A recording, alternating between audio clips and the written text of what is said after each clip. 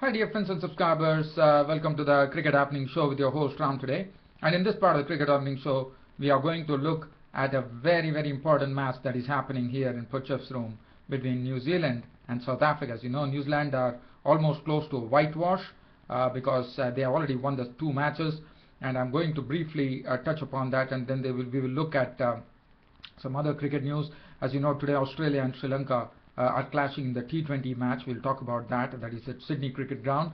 And then we have Pakistan, who actually started their tour of South Africa, the first tour match which is happening today. Pakistan have not done well. They have been struggling against the pace bowlers, South African pace bowlers, and the bounce of the pitch, which is pretty understandable considering that this is they're just getting the taste of the South African conditions now with the first match. Well, first let's go to Potchefstroom and just look at what's happened there.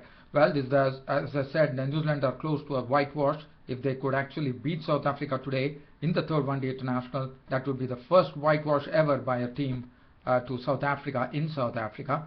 Now, looking at the things, well, New Zealand were the ones who actually won the toss. They had nothing to lose, so they went on and batted on this pitch. And it's a good pitch to bat on, and they put 260 for 9 wickets. They didn't have a good start.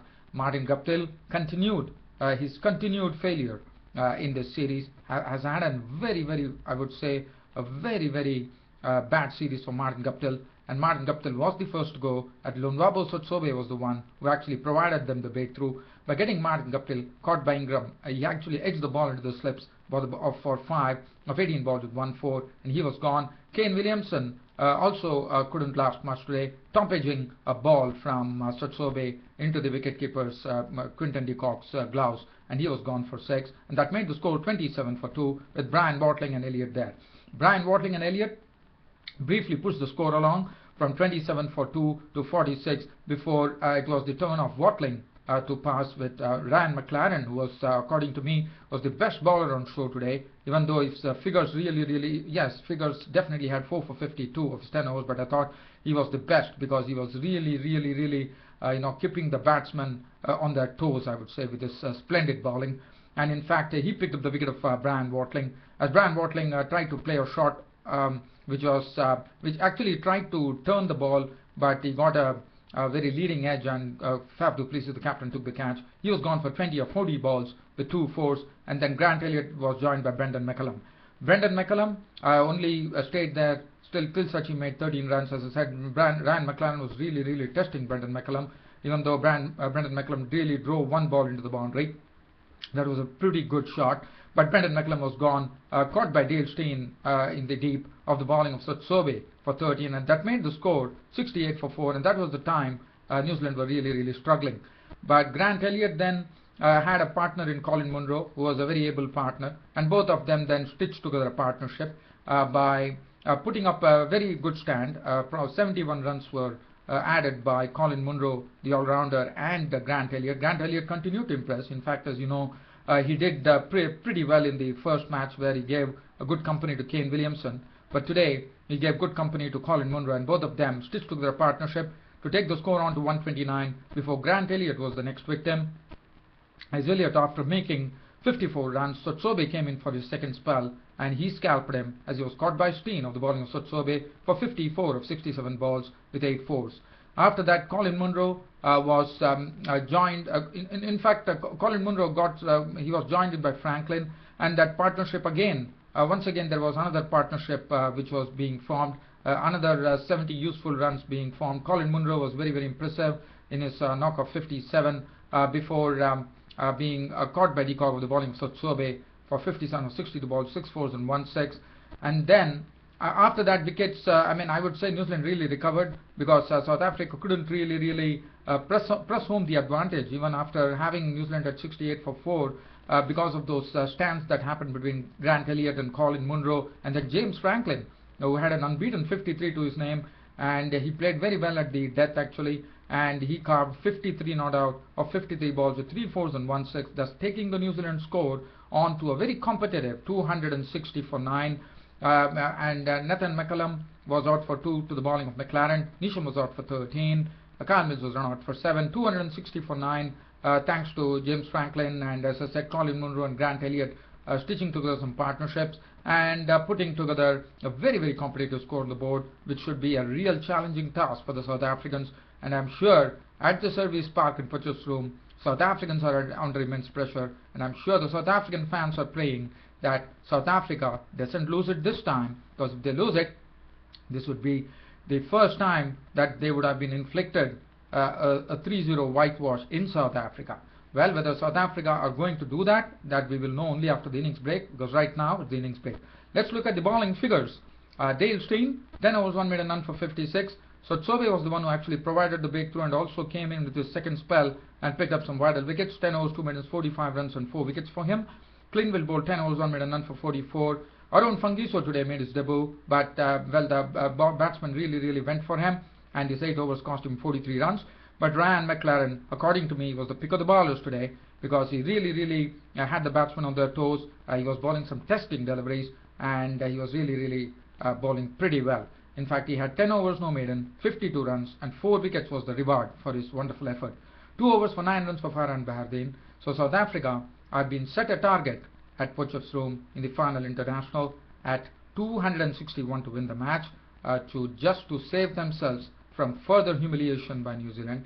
Well, if they are able to do that, that would be something that South Africa would really be very happy about. But as far as New Zealand, if they are able to actually do a repeat of what they did in the previous 2 one-day internationals, that would be something that they would really cherish for a long time, if they were to inflict a 3-0 series whitewash. So 260 for 9 is the New Zealand score, and South Africa require 261 to actually win the match. So one has to wait and see, but I am sure there's an interesting battle coming onto the cards, on the cards, and I'm sure South Africans are not the ones to really give it up easily. They know they are under immense pressure, and I'm sure they will try to put their best foot forward today to actually put it across New Zealand and actually stave off that whitewash that New Zealand are really keenly eyeing right now. Well, so dear fans, friends and subscribers, as I said, I could only give you the innings break score, but I wouldn't be there to actually cover the South African proceedings. But I'm sure you would all be tuned into their TV sets, you would be tuned into YouTube, you'd be on everything. I know everyone watches cricket all over the world, so but I wouldn't be able to talk about that right now. But now, the other thing that I would like to cover on my Cricket Happening show is that Australia and Sri Lanka are starting their T20 matches. As you know, the one-day international was drawn, and so Sri Lanka, just before leaving the Australian shores, will have a chance to pitch swords with the Australian team. Now, Australian team, as you know, in T20s they have not done well. They don't have a good record at all, but Sri Lankans are definitely on the ascendant, and but it is going to be a really good battle. Well, I don't have much time to really dwell on that, so I would really stop at that. But one other thing that I would like to talk about is Pakistan, who started their first tour match, and they won the toss and elected to bat at Buffalo Park in East London against the South African Invitation 11. I would say they have not done well, but one can understand that, because you have to get acclimatized to the South African conditions and the bounce. And it has been the South African Invitation pace bowlers who have been actually delivering, doing a pretty good job. If you look at it, Abbott had 16 overs, 5 maidens, 50 runs and 2 wickets. Hendricks, 13 overs, 5 maidens, 39 runs and 2 wickets. Parnell, 13 overs for 38 runs, he was wicketless. And Harmer was the spinner, I suppose, 24 overs, 7 maidens, 50 runs and 2 wickets. But for Pakistan, Mohammad Hafiz contributed 55 of 95 balls with 10 fours. So they had a good start, in fact. So that was something that Pakistan would be very happy about, with Mohammad Hafiz and Nasir Jamshed putting up a very good partnership of 105 runs on the board in the very first match. So that is something which will really add some confidence to the Pakistani team. Nasir Jamshed contributed 68 with 8 boundaries. Other than that, Azhar Ali was out for 2. Yunus Khan was out for 5, Misbah was out for 4, Asad Shafiq was out for 4, and then at stumps with rain stopping play, 178 for 6, the Pakistan 11 in the first match. Sarfraz Ahmed, the wicketkeeper, not out on 10, and Amar Gul was not out on 23, and stumps were drawn for the day. Well, dear fans, friends and subscribers, as I said, I have to really rush through it. I am really running short of time. I need to wind this up, but basically, as I said, everyone are keeping an eye on the New Zealand-South Africa third one-day international, which is going on at Potchefstroom. Whether South Africa are going to make 261 or whether it is going to be a whitewash, we will know it as soon as South Africa's innings begin and ends in Potchefstroom. But well, dear fans, as I said, I'm really running short of time. I would have really liked to dwell on the Australia-Sri Lanka preview or any other matter, but due to shortage of time, this is your host Ram, ending the cricket show for today, but promising you that I'll be back with my daily cricket show once again tomorrow. Until then, it's your host Ram saying goodbye. Thank you.